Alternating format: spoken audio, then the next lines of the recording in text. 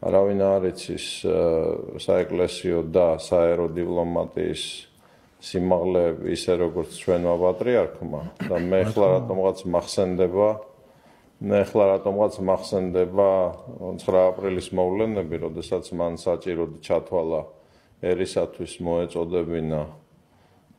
წავსულიყავით ქაშვეთის ტაძარში და გველოცა და ჩვენ აყოლილებმა ჩვენ საერო ხელისუფლების ზოგიერთ ლიდერს, რომლებსაც ასე არ მიაჩნდათ საჭიროდ მივიღეთ ის შედეგი, რაც მივიღეთ და აგერ 33 წელია საზოგადოების აზრი გაყოფილია ამის შესახებ. მე მკაფიოდ ვნანობ იმ ღამის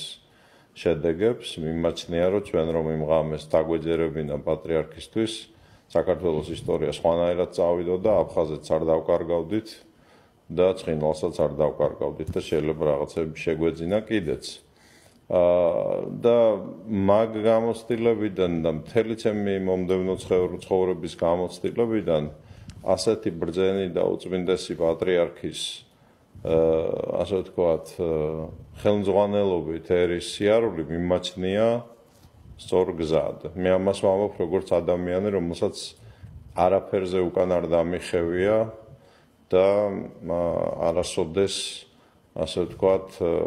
თვითსიცოცხლის ფასადაც კი არ დამზარებია ჩვენ ტრადიციული ღირებულებების დაცვა და არც არასდროს არ დავიზარებ და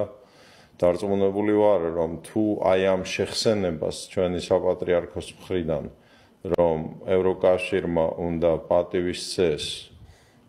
ჩვენს ეკლესიურ ტრადიციულ ღირებულებებს და თვითყოფად კულტურას როდისმე კვლავ წინ დაუდგება საფრთხე და თუ ევროკავშირის მესვაურები ამერიკის შეერთებული შტატების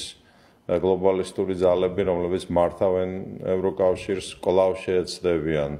საქართველოში რაიმე